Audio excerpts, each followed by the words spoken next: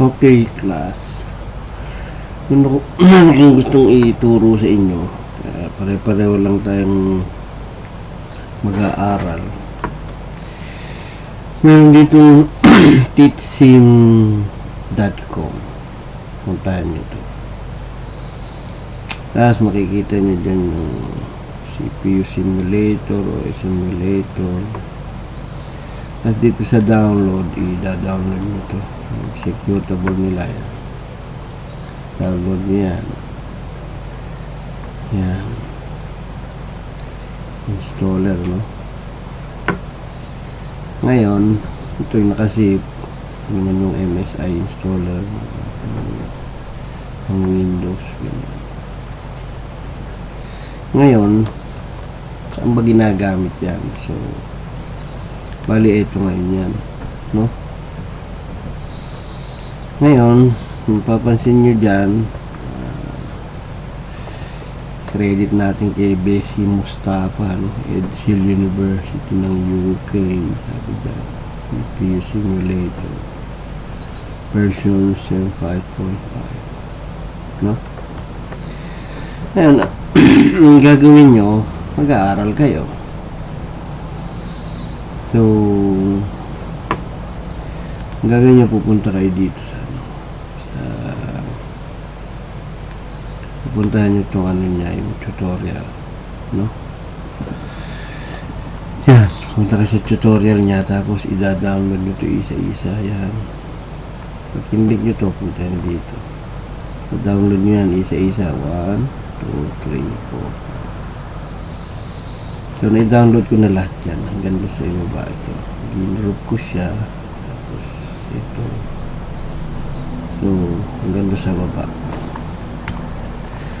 Siguro mga ilang araw din nating bubunuin ito. Ngayon, ang sabi dyan, investigating programming model 1, no? Download ko na yan, eh.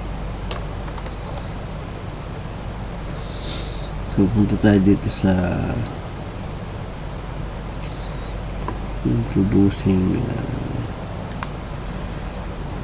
programming model 1, no?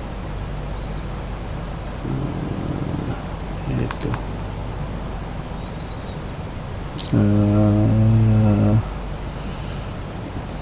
saan ba tayo? Sa computer architectural muna tayo.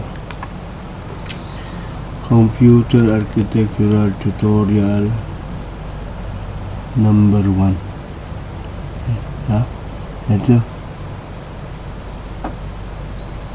Ito yun, eh, tutorial 1, tapos 2. Okay, so pag tinignan natin yung file name yan,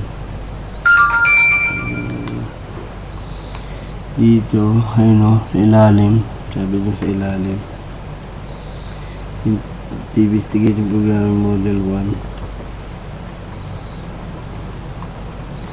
Yan sa ilalim yung link, oh. Ngayon nakikita nyo lumalabas. Programming model 1 tutorial PDF. So, programming model 1 tutorial PDF. So, ito yun, no? So, ang gagawin nyo dyan, i-open nyo yan doon sa Google Chrome, no? Yan, pag na-i-open nyo na yun sa Google Chrome, isipin muna natin yan.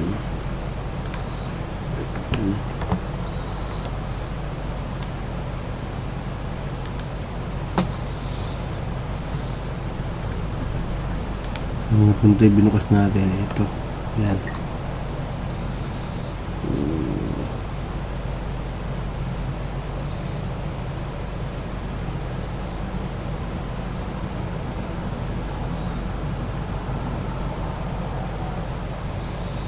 So, ngayon, ang gagawin nyo dyan, i-zoom nyo to,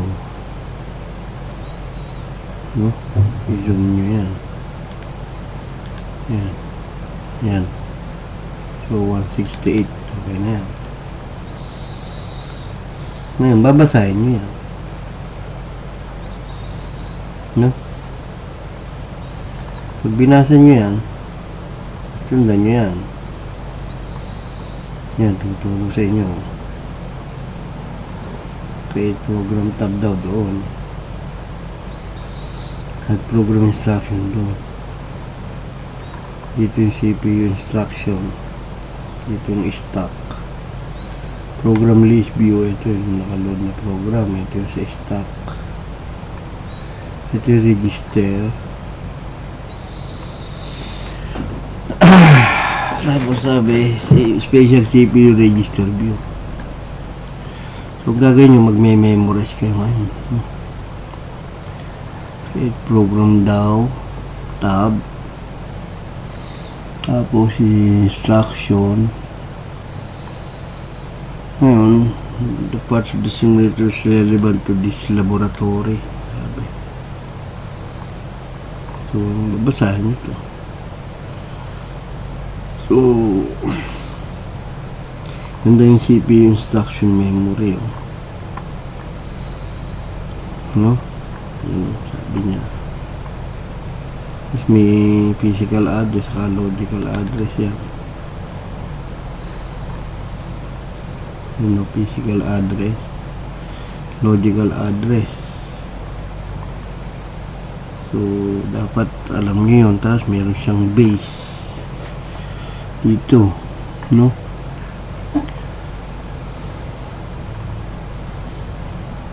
Ngayon, pag sabi rin sa to CPU register, sabi dyan program counter. So ulitin nyo yan. As may instruction register, ito IR. Status register 0. Stack pointer. So nakapoint yung stack BR register, yeah. Base. Memory address register, yung MAR, ito.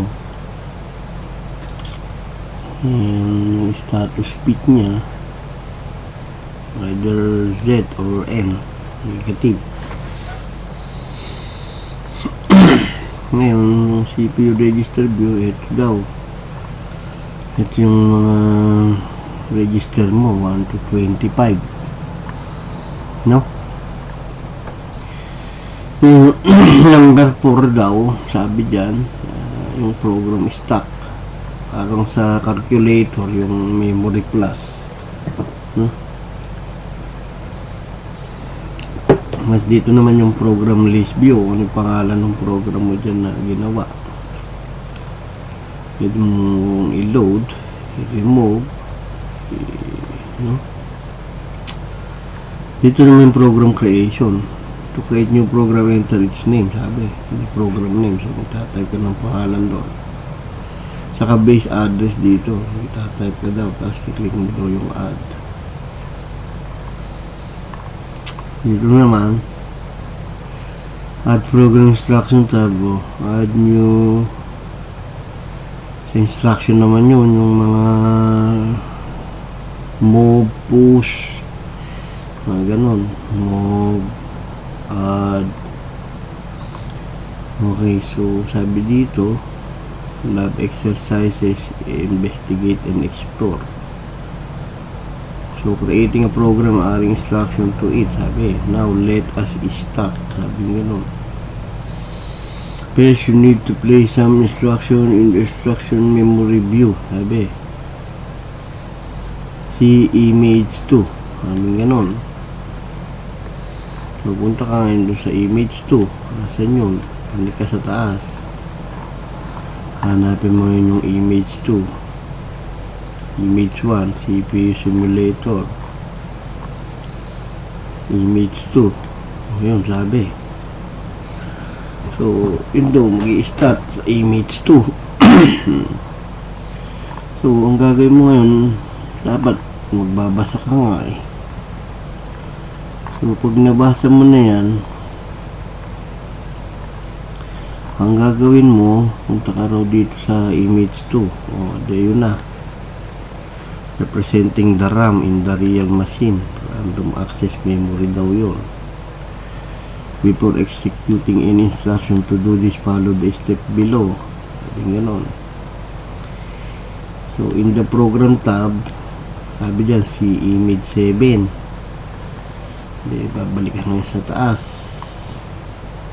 Image 8 ito. Ito, image 7. In the program tab daw. Ayan. Sabi. So, ano gagawin sa program tab? Sabi dyan, first enter a program name, then enter the base address. This can be any number, but for this exercise, you can use 100. Then click on add button. Your program name will enter in the program list in the image 6. So, sabi, lalabas daw dito sa image 6 yung program name dito. No? So, matuto kang bumasa ng instruction. Sabi dito, by the way, you can use the save button to save instruction in a file. You can also use the load button to load instruction for a file. Sabi dun sa image 6. Balik-balikan mo, may add dito nga naman, may load. Sabi ganon. Image 6, program list, program creation, 7. Sabi sa image 7. Ngayon, you are now ready, sabi, to enter instruction. So, kung gagawin nyo, punta ka dito ngayon, sabi, lagyan mo lang ng program name dito, kamote, sabi mo. Tapos 100 base. Click mo ngayon yung add. Makikita mo na dito yung program mo daw. May program na tayo, kamote. Ngayon, ganun lang kasimple yun. So, into the CPU, you do this by clicking add new, sabi, button to the instruction type in image 8. Pupunta ka dun sa image 8. Tapos mag-click ka raw ng add nyo dito.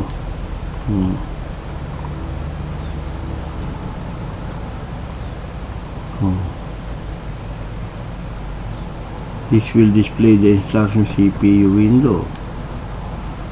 So select and enter the CPU instruction. Further information, this can be found in this module site. Sabi ganon. Now, I will go to the following activities. Enter your answer in the text boxes provided. Number 1, sabi ganon, create an instruction which move number 5 to register R00. Ibig sabihin dyan, move 5 to R00. So, ang gagawin mo daw, i-click mo dito, tapos mag-add ka raw ng instruction dito. So, add new, tapos move. Ayan, move. So, move 5 destination to register R00. Ayan.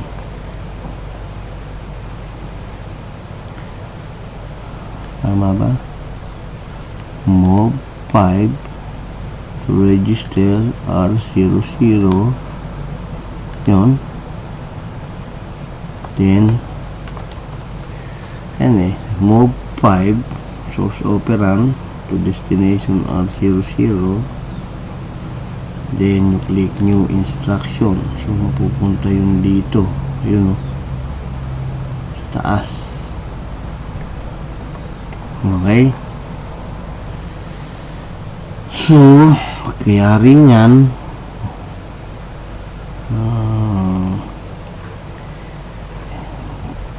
execute.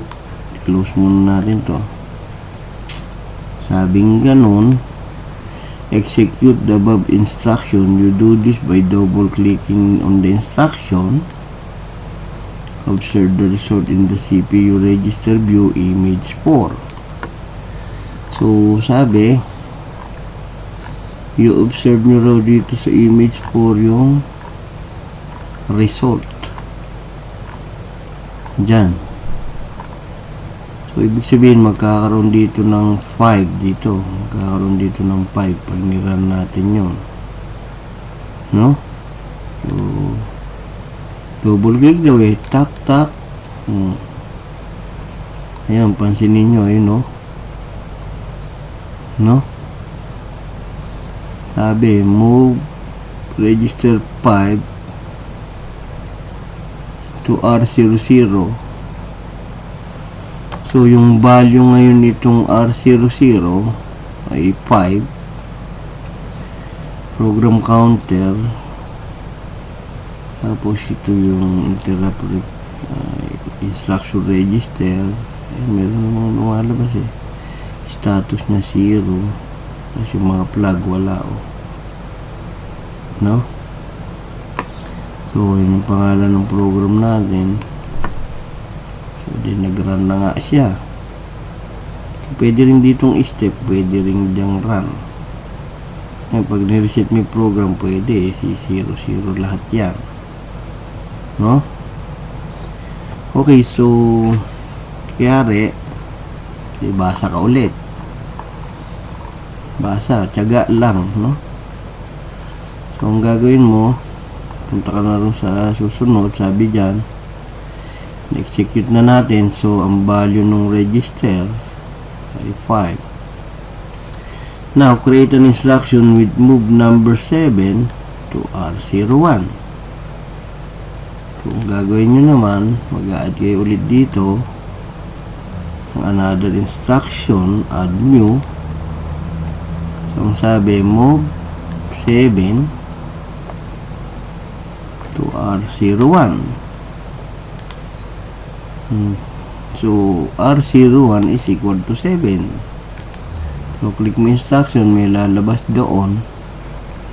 Pag in-execute mo yan, magiging 7 yon, sigurado, no? Ngayon, ang sabi doon sa natuto lang kayo magbasa dahan-dahan. Now, execute. I-execute na naman daw natin. Di double click daw, tak tak. So, makikita natin ngayon pag nag-tak tak tayo dyan, parang Ajinomoto, ang register mo naman ay 7, no? Ayun, no? Mahusay, no? Ayun na. Ngayon, sabi dyan, execute a decrete and sound move numbers to register. You do this by doubling the instruction. So, lumalabas dito, register 00 is 5. Dito naman R01 is 7. Observe the content of R00 and RC1 CPU register. So, observe daw natin. Mabait naman tayo, papalasuno rin tayo. So, i-observe natin, ayun, ito yung load, ito yung address, ito yung logical address. So, iba yan. Iba yung logical sabi sa primary address niya. Kasi ito, pag nag-consume na yan, 6 na yan. Ibig sabihin ito, pag nag-consume, dito lalabas yan, no? Kasi ito yung base, no? So, ito na yung logical address niya. I-start sa 00 yan. Kaya nga base 100 eh, no? So,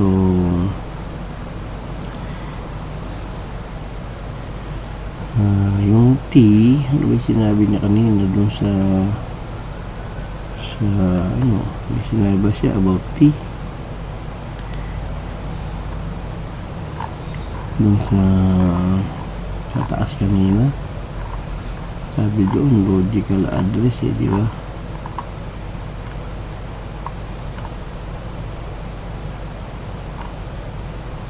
Sabi lang dito base pad.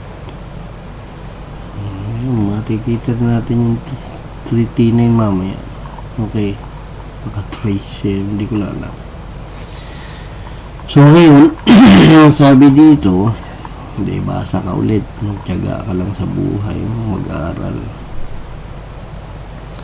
Create an instruction which adds the content of R00 and R01, then execute it, sabing ganun. So ipa-plus daw natin.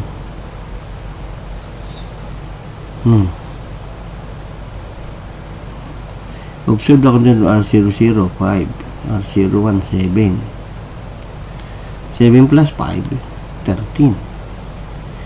Yan, pag in-add natin siya, sabi, add daw natin, mag-add tayo ulit ng instruction, add new instruction, punta ka dito sa arithmetic.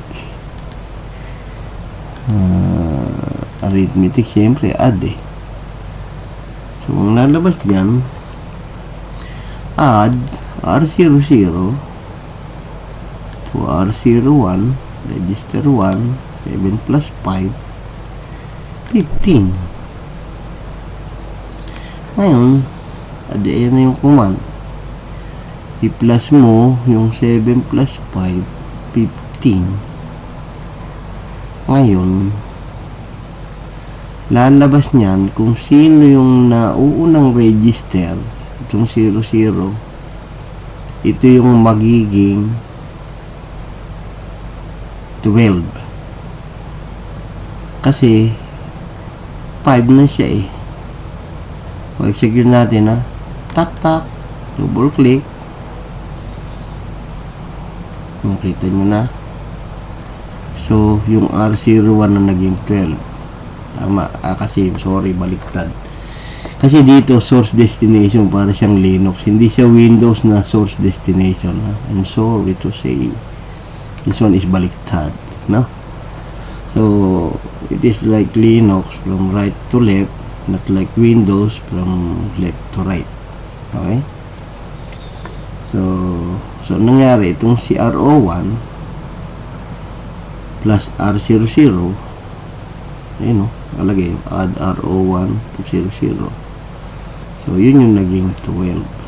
So ang value ngayon ng R01 mo ay 12 na pagdating dito sa adding.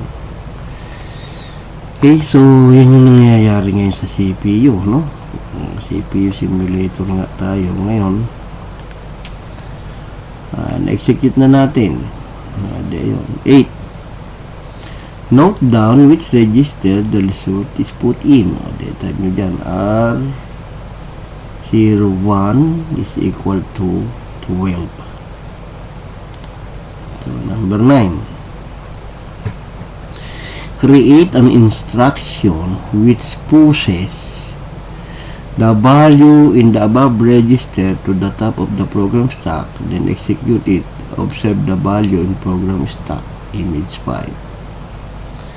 So sabi, create an instruction which pushes the value in the above register. So ibig sabihin, ipupush natin si R01.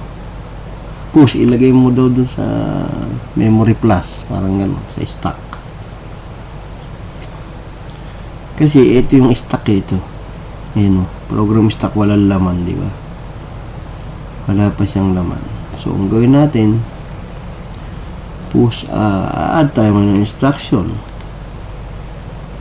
So balik tayo dito sa data manipulation. Hanapin natin yung push. Yan, push register R01. Ganun lang. Yun lang ang command yun ang command ng push ganun, enter.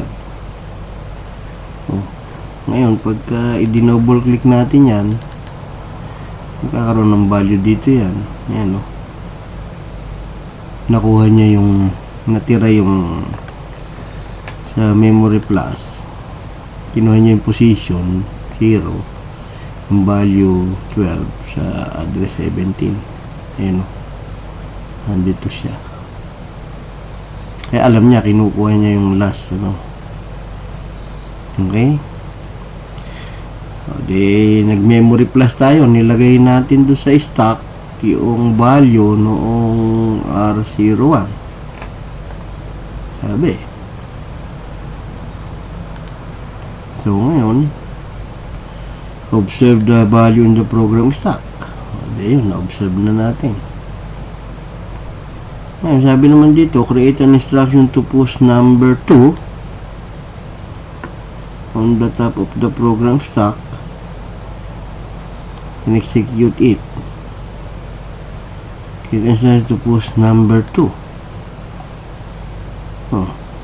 Di mag-push lang tayo ng 2. Sabi baka naman yung isa, yung CR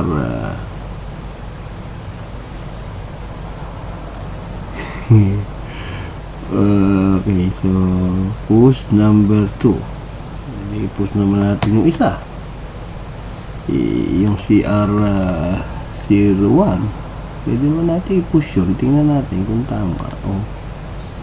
Wala naman kung masama dyan i-push natin CR 00 stock.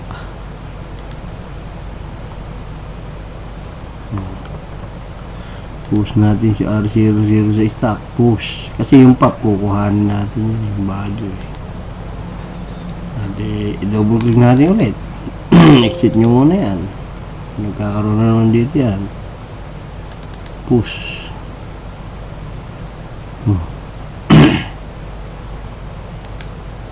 Ayun, nagdalawa na siya. Diba? So, nalagyan mo na yung memory plus. So, mapapansin mo, yan, pansinin mo yung mga yan, base, register, status, register 0 pa rin. Program counter, 20. Nandun tayo sa 20, Kasi 100 yung base, 117 and 20. So, memory address register 120. Ayun. Memory address register natin 120.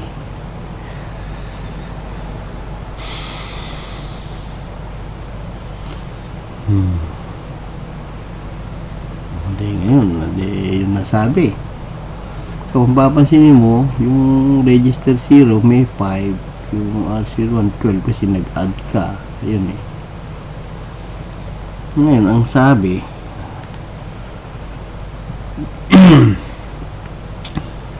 create an instruction to unconditionally jump to the first instruction. So, they will create daw tayo ng jump to the first instruction. So, yung gagawin natin dito, mag-a-add new tayo. So, hanapin natin yung logical, yung control tayo siyempre, jump So, jump to. So, saan tayo magja-jump? Siyempre, dito sa 0. Dito sa 00. Tingnan natin kung tama. Jump to 0100 siguro yan. Jump to 0100. Jump to 100. Yan, kasi yung instruction mali. So, ibig sabihin jump to 00 lang. O nga pala, 00 lang. Jump to 0. Ganon. Kasi sa logical jump to 00. Hindi yung instruction natin siya. Ngayon ito yung isa mali. So ang gagawin yun, huwag mali, buta tayo pagka ganyan na mali, delete mo lang. Ito naman yan delete. Yes, delete.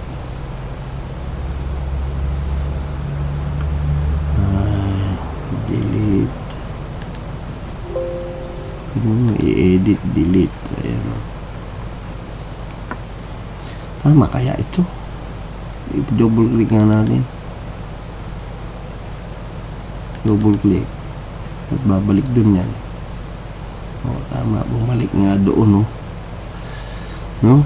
So, ngayon, maglo-looping na ngayon yan. So, pwede mo nang i-remove, reset mo lang yung program mo. Ito, so, reset program. Magiging 0 ulit yun. No? Reset na yan. Wala na, wala na yung R00. Tapos, execute natin step by step. 1. Ngayon. See? The value of register is 5. Tapos pagkayari step mo ulit the value ng R0 to is 7 kasi move 7 ngayon pagpaplasin mo 7 plus 5 so R0 become 12 R00 is 5 no? So step so naging value nito ay 12 no? Ang i-push natin daw yung value nun sa stack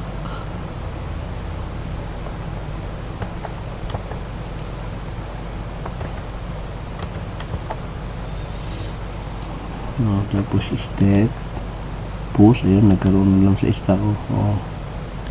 Tapos jump ka ulit sa 0 0 so ulit-ulitin mo lang may ikot na yan so pwedeng run tick tick tick tick tick so nagrano na siya no so while you are doing the running so it's keep on rotating and you can see the stack is waited stop okay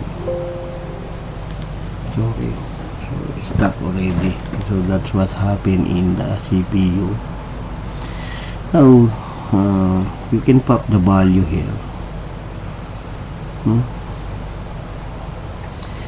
you can pop R0 you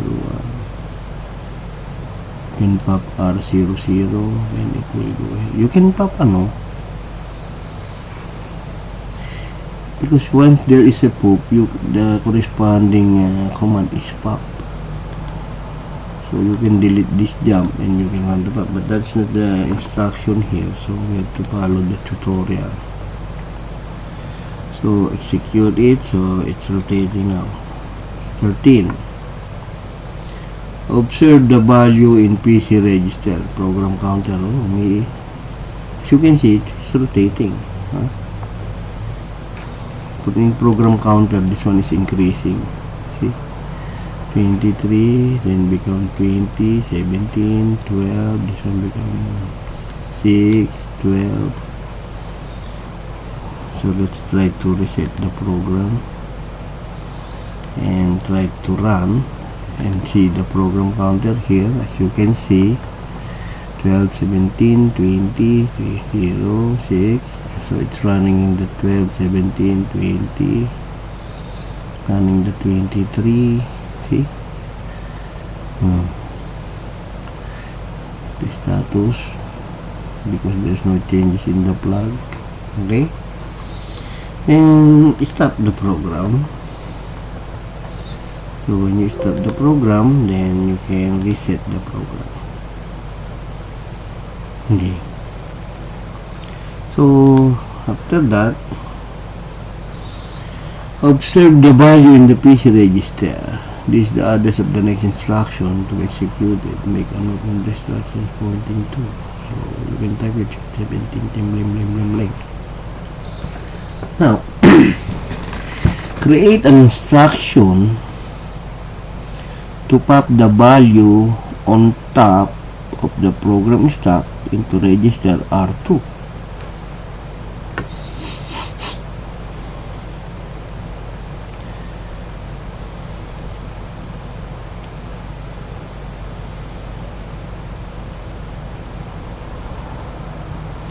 sabi dyan, create an instruction to pop the value on top of the program stack into register R02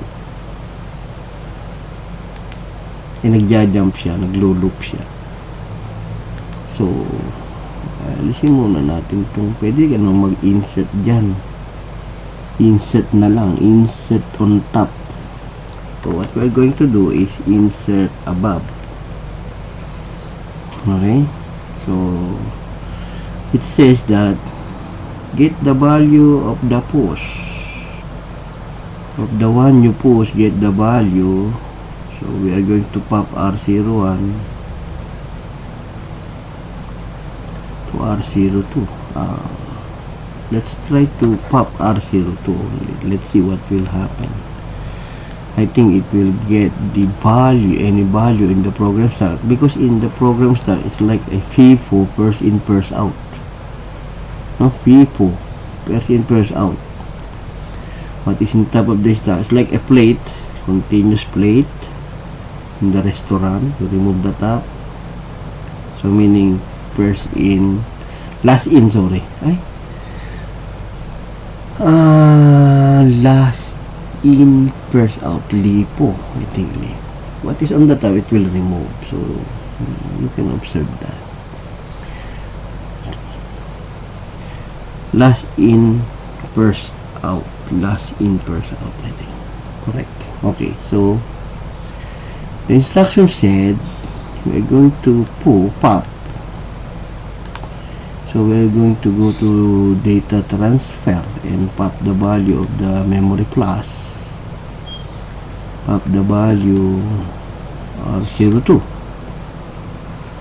and then we click new instruction,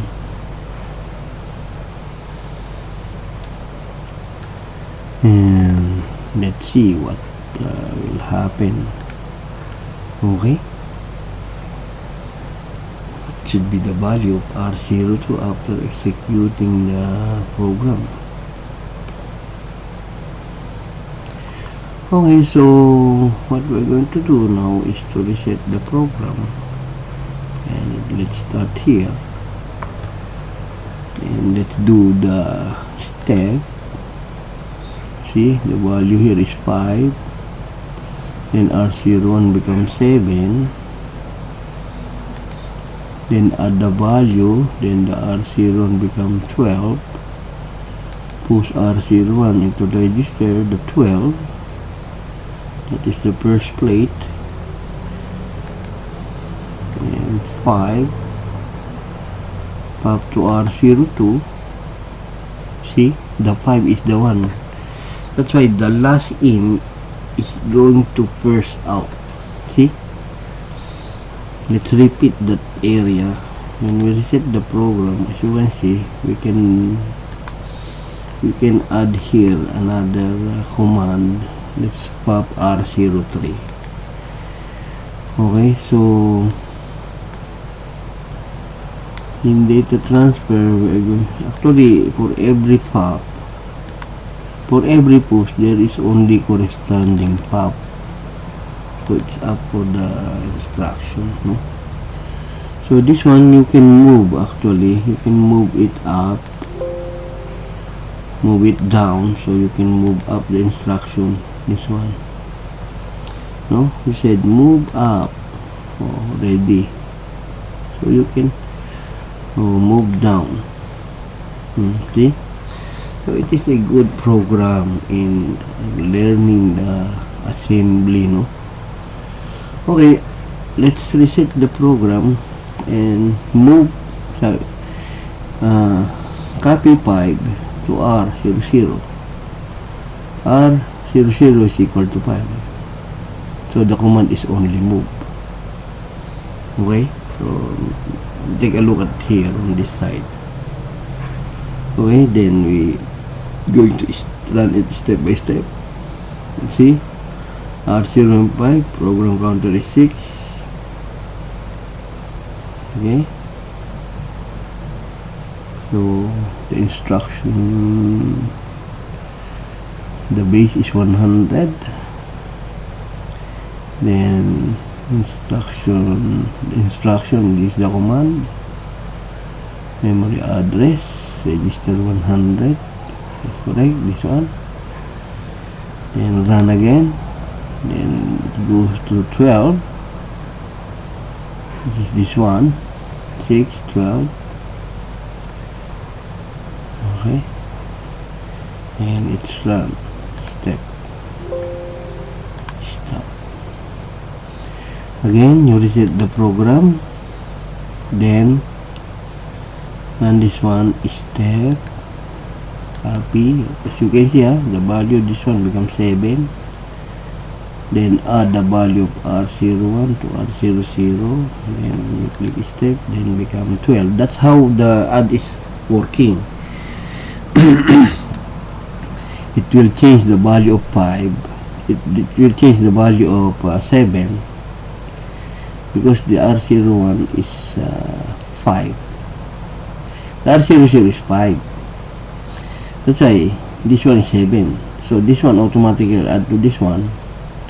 It will not add another variable. This mag-a-add, no? R01 7 yan. Tapos bigla niya i-add yung 5 dito. Kaya ang value ng R01 mo naging 12. Kaya ipupush mo yung value ng R01. Yung R01 is 12. Pupush mo dito yon. Okay? Yung last in, first out. That's how they control the programming, especially those procedure functions, no? Computation, manipulation. Then after that, you click step. Sorry. And this is the one. Now, if you use pop R02, the value of this 12 will go to R02. Okay? Try. Run. Step.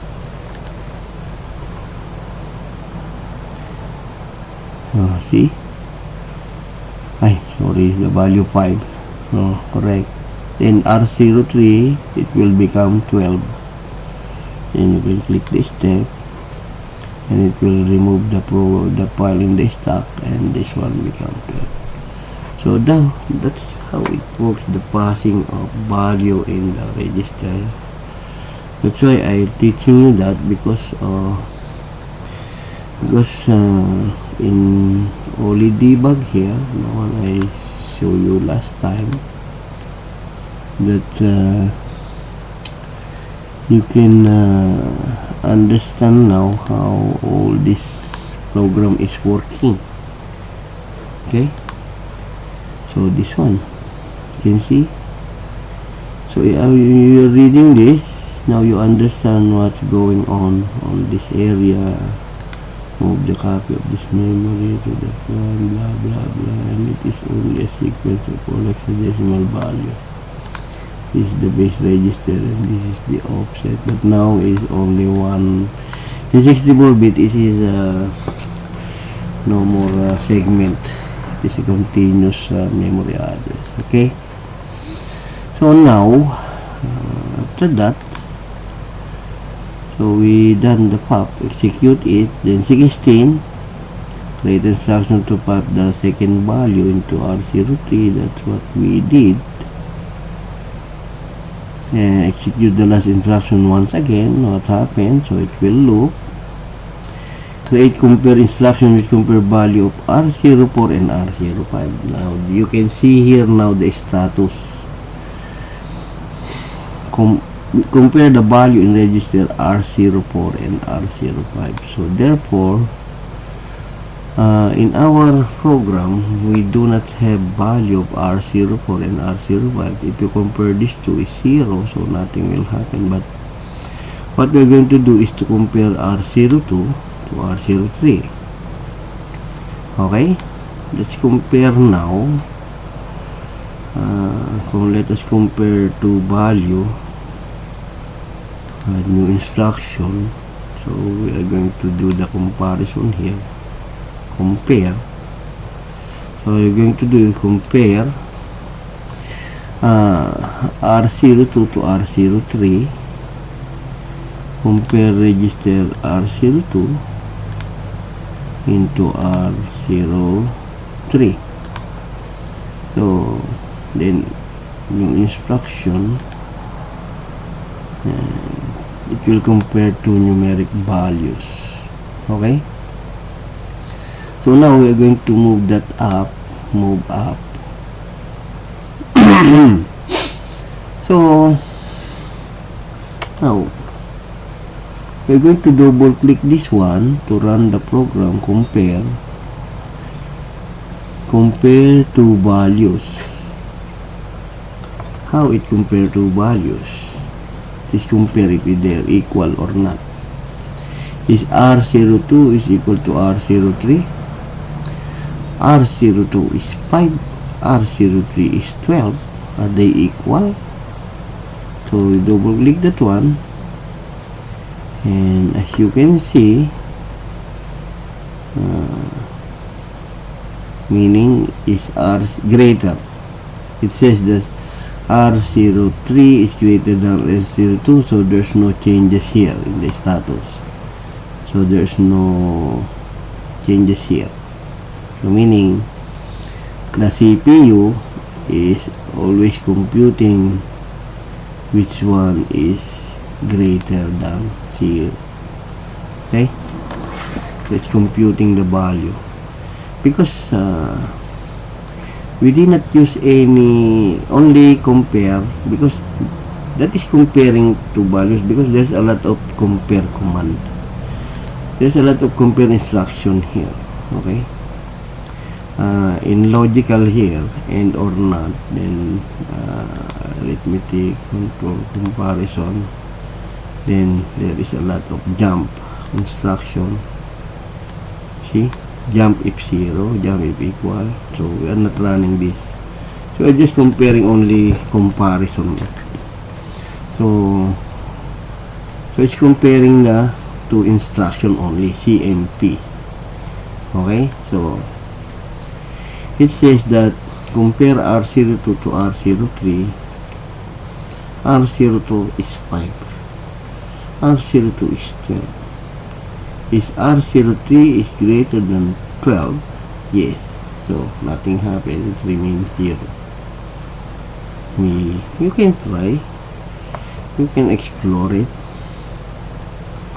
but let's try to reverse it. Let's say R03 on the left and R03 on the right. We can edit that. So let's try here R03, and here is the R02. Okay, and let's say edit instruction, and it's done.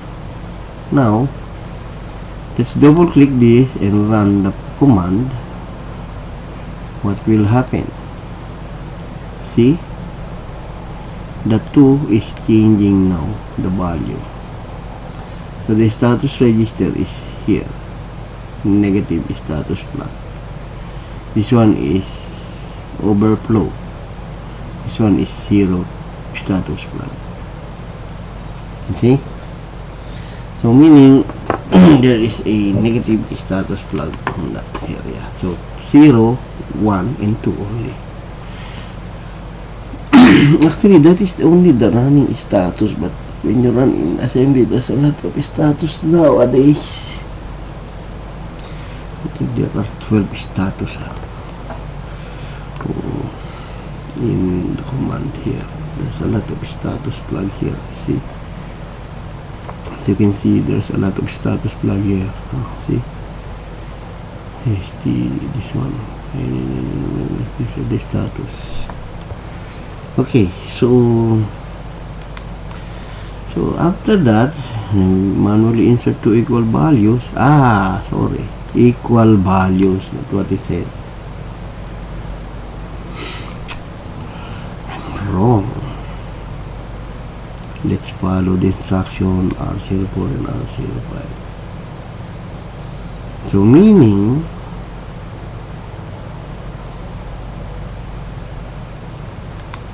we are going to add a value here in R04 and R05. So you have to click R04. You can edit that here. R04 10 change.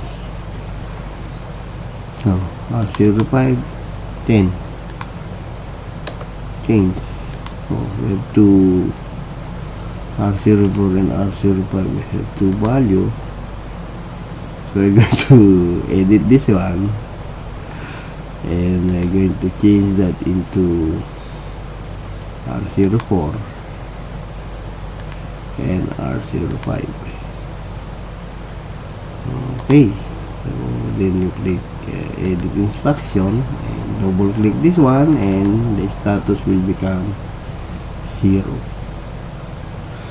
Become 1. Okay, so 1 meaning both value is equal.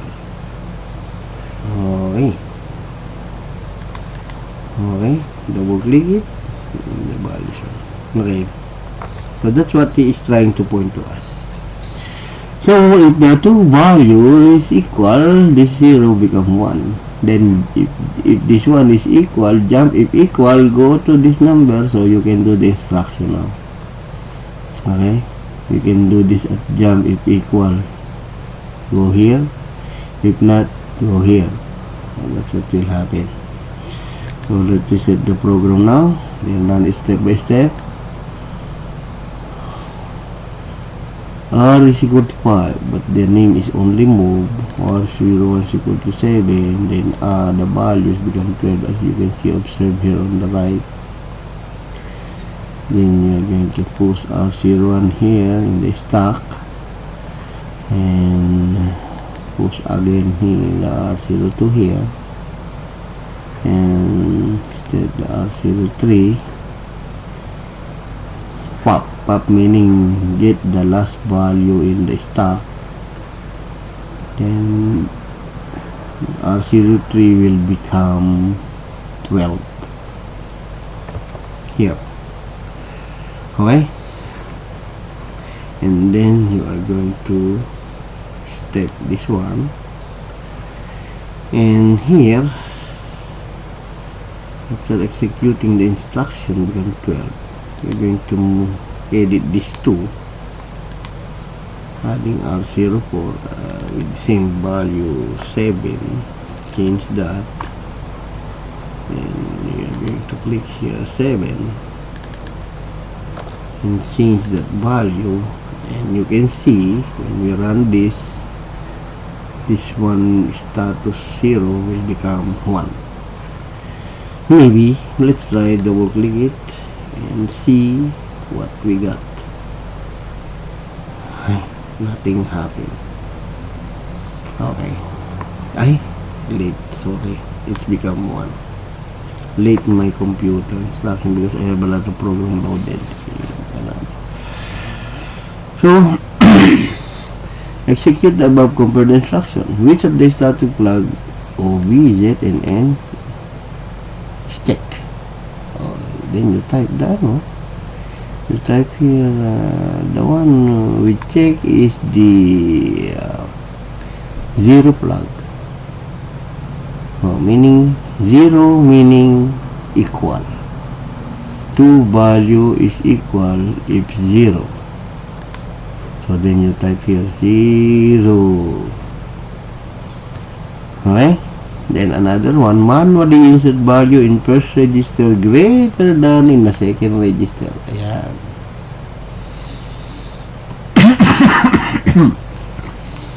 So let's go back here.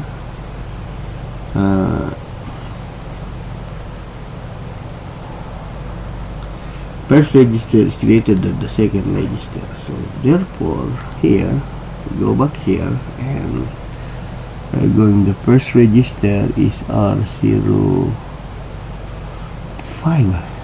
Let's try. So this one, let's say this one is 10. That's the first register, and don't change. Double click it, and as you can see, this one become 2. So this one. So I don't know which one is the first and second register. Sorry. This one is, this will compare R05 to 4. So meaning because it's like Linux, pabaliktad. In Windows pakanan eh. In Linux, this is the source, this is the destination. In Windows, destination to the source. So this one is so it's okay. So just review your code here while you are adding what is the source operand and the destination operand. Okay, so that's why in our compare, let's see here, once we edit, so this is the source operand. The R04 is the source and the destination is R05. Okay, so now 10 and 7. Now let's modify this. This is the 7 and this is the 10.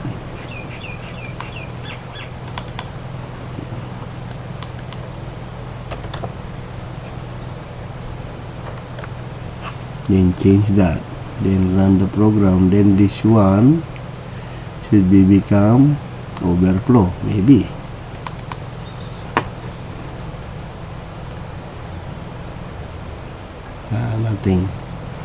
Nothing happened, meaning if the condition is true on this here. Okay, so if R04 is greater than R05, so actually you can see it. So just memorize the effect of the two comparison of the value. Okay, so because here is 5 is greater than, is 10 greater than 7, only that. Is 10 greater than 7. Compare, hold the control key to select for copying. Okay, check back to select the debug breakpoint. So you can click this one to breakpoint, meaning you can pause the program. So from here, R04 with R05. So it's up to you to manipulate the program, okay, and find it by yourself what's going on. If we change, so here if 5 is greater than 7, compare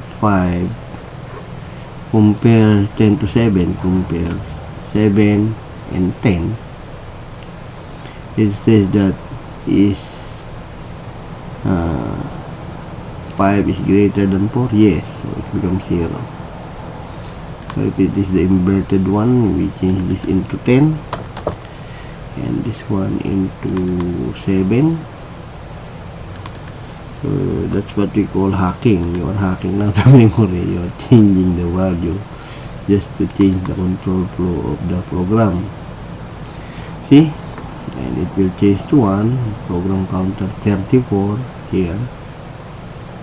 Okay, this is the logical address. So if you are going to jump, you have to jump in a logical address. It's not on the base address. Let's try to jump on 17. Let's edit this one if we can jump here. Okay, let's try to edit that one.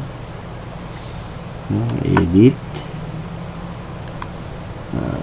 Let's jump into 12. We can take 12. Insert instruction. Let's see. Double click it. Jump unconditional, and it will jump here. Okay, so that's how it works. So jump unconditional meaning no condition, just jump. That's why there's a lot of jump instruction. Jump if equal, jump if greater than. So it's up to you to control now the program flow. Okay, so you can edit this one and jump into 00 again. jump to 0, and edit instruction, and double click, and it will jump to 0. Okay, because this is a logical only. You have to count here in hexadecimal value, and you can see later on I will show you during the compiling. And okay, so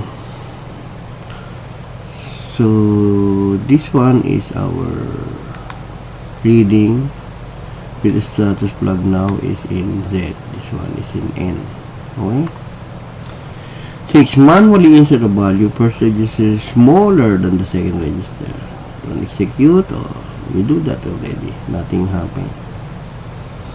Create an instruction which will jump to the first instruction if the value in register R05 are equal.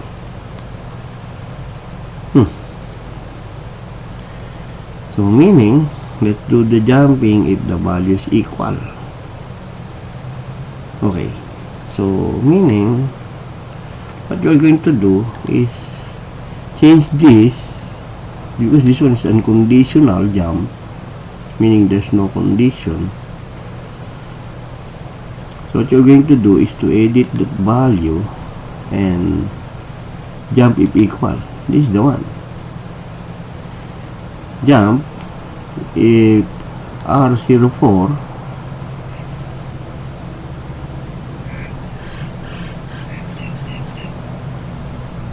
jump if equal, just do like that. Jump if equal to 0, but change that into JEQ. So meaning we're going to edit this, the two value which we're going to compare here, and we're going to change this into equal value, which is 7 and 7. And let's try to double click this and run this, and it will go to 0. Okay, that's what happened. If not equal, continue on the next instruction here. We can add another instruction here. So this is it. After comparing, it will record the value, the memory, the instruction here, the status register. Pagkayari niyan, sabi to value. Ngayon, let's add another instruction here for the sake of looping. Let's try add new here. Let's say let's push the value of R03, push the value of R03. Okay, next instruction. Okay, close. Okay, let's say this value of R04 is not greater than, because we type here 8, so they are not equal now. So they are not equal. So double click this, jump if equal. So meaning it will proceed here, because they are not equal, it will go here. Try to run this. Oh, see, it will jump here, because the last compare is not equal. So it will not jump here, and it will continue until here meet another instruction, then go up here, then looping and looping and looping forever and ever. Okay, so now 30. Test the above instruction by manually putting equal value. Okay, we do that already. Now that you have some understanding of basic CPU instruction and are able to program the simulator, here's a bit of challenge for you. Preparing a little program loop. Program loops are extremely useful and very frequently used by computer programs. Here's what you have to do. Create an instruction that move number 0 into RO1. Okay, so that's a challenge to us. So what we're going to do is to delete our program, remove all programs. Let's delete all the program instances. So remove all the programs, yes, and no more. Now we're going to type here again Kamote test1. You can type here test1, make it nice. Then click here add, then we have here test1. Now there's no instruction in memory, all are reset, all are 0. So let's follow the instruction here. Create instruction move number 0 into register RO1. So let's add new instruction here. Show, then you can add, you can show just to see, then add. The author said we have to do the data transfer, so we're going to move. What he said is, what he's trying to tell us is, let's follow the instruction move 0 to RO1. Okay, so meaning 0 source going to the left to the destination RO1, add new instruction, then close. So move 0 to RO1, or RO1. Compare, copy the value 0 to RO1. Double click this one. As you can see, this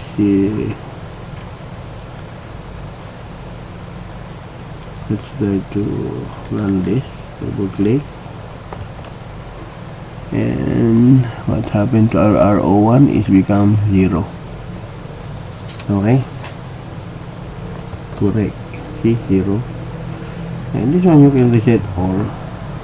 Okay, no more. Okay, so after that create an instruction that add number 1 to RO1.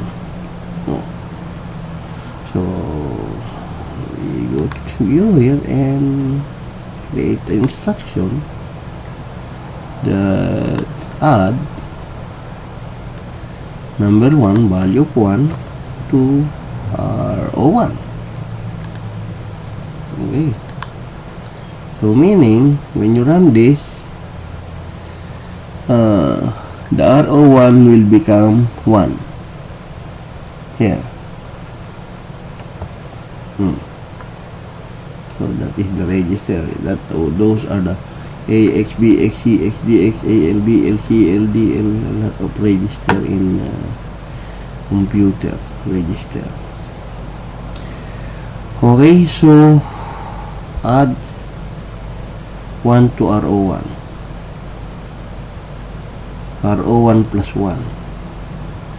That's why the RO1 after the instruction become 1.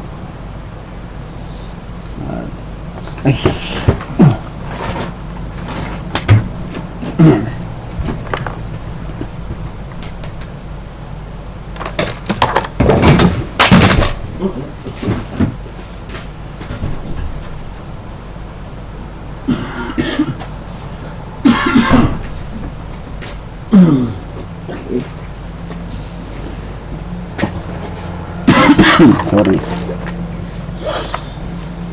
Okay. So after that, create an instruction that compare number 10 and register RO1.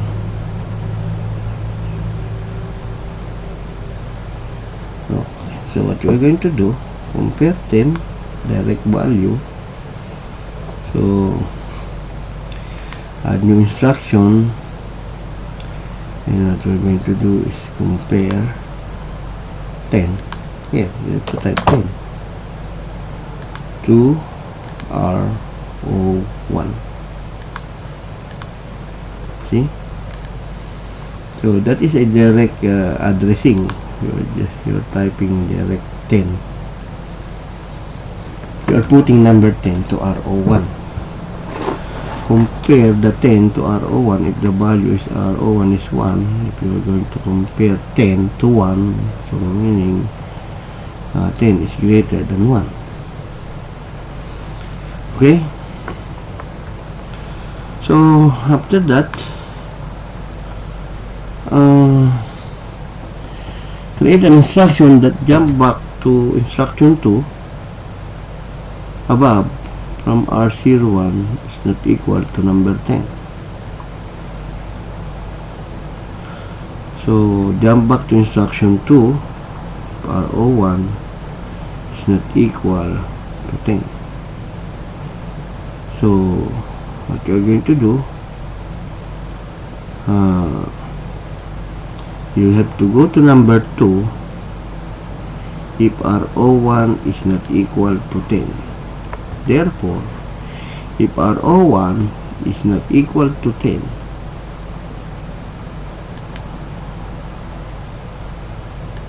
jump to 6. So add new. So you're going to control the logic, the control, jump if equal to 10,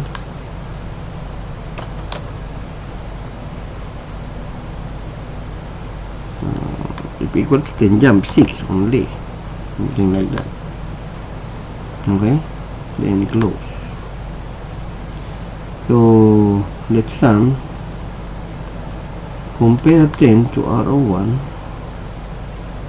then jump to 6 if they are not greater than to 10. So meaning you have to reset the program and run it step by step. Move R0, 0. As you can see, R02 is become R01 become 1, and R02 become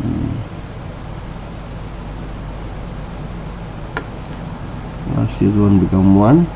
Yeah. Then compare 10 to R01. Jump if equal, but they are not equal. So what it says, create a compare number 10 to RO1, jump back to instruction 2 above if RO1 is not equal to number 10. Not equals, I'm sorry. Therefore our condition here is wrong. So because jump is equal, is stated that jump is not equal. So what you're going to do is to edit this and jump NE. You are going to use the jump NE instruction. Jump not equal to 6. You have to jump to 6. Okay? So it works. So okay, so after that,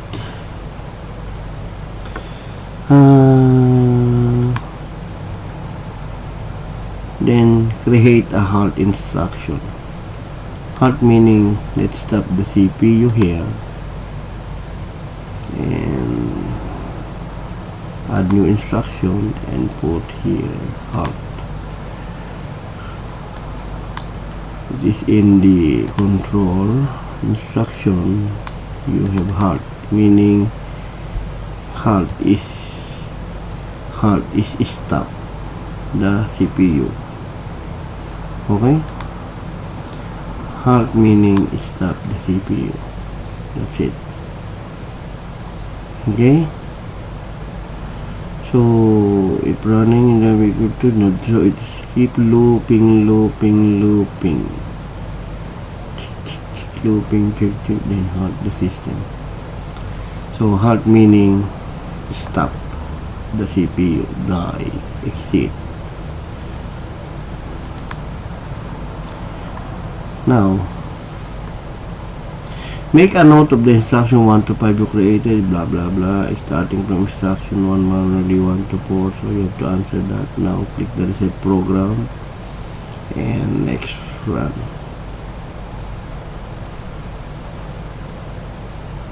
Okay, now there is a part B here. We will continue the part B in our next lesson, or if you want you can do that by yourself. Produce the code for condition change that the value register output is greater than value in R01. The register output is set to 8. Test that one easy, no? You just create value which is greater than R02 and R03, then R0 is set to 8. You have to push the value of one register and pop to R03. You can do like that.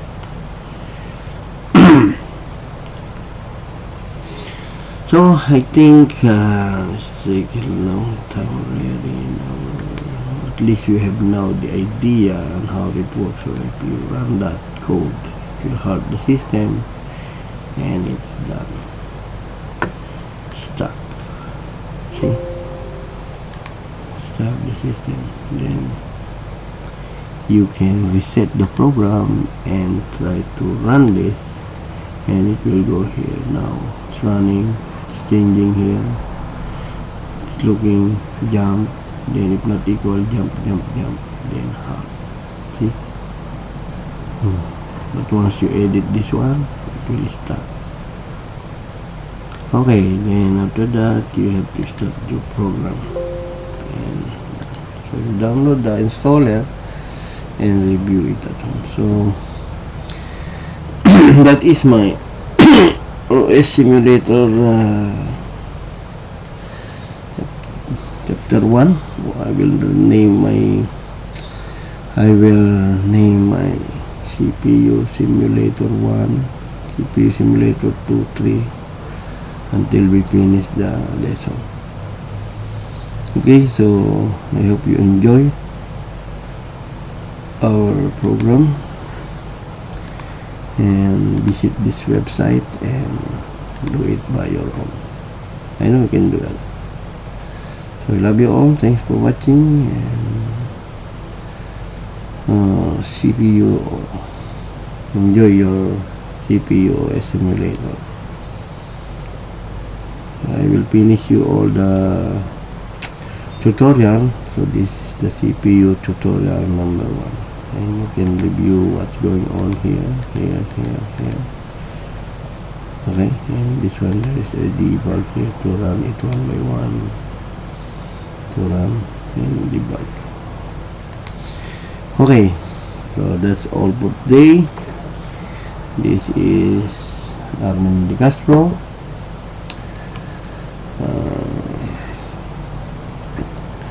your teacher. Thank you for watching. I hope you enjoy it, and don't forget to like and subscribe. Goodbye. See you on my next tutorial video. We will try to finish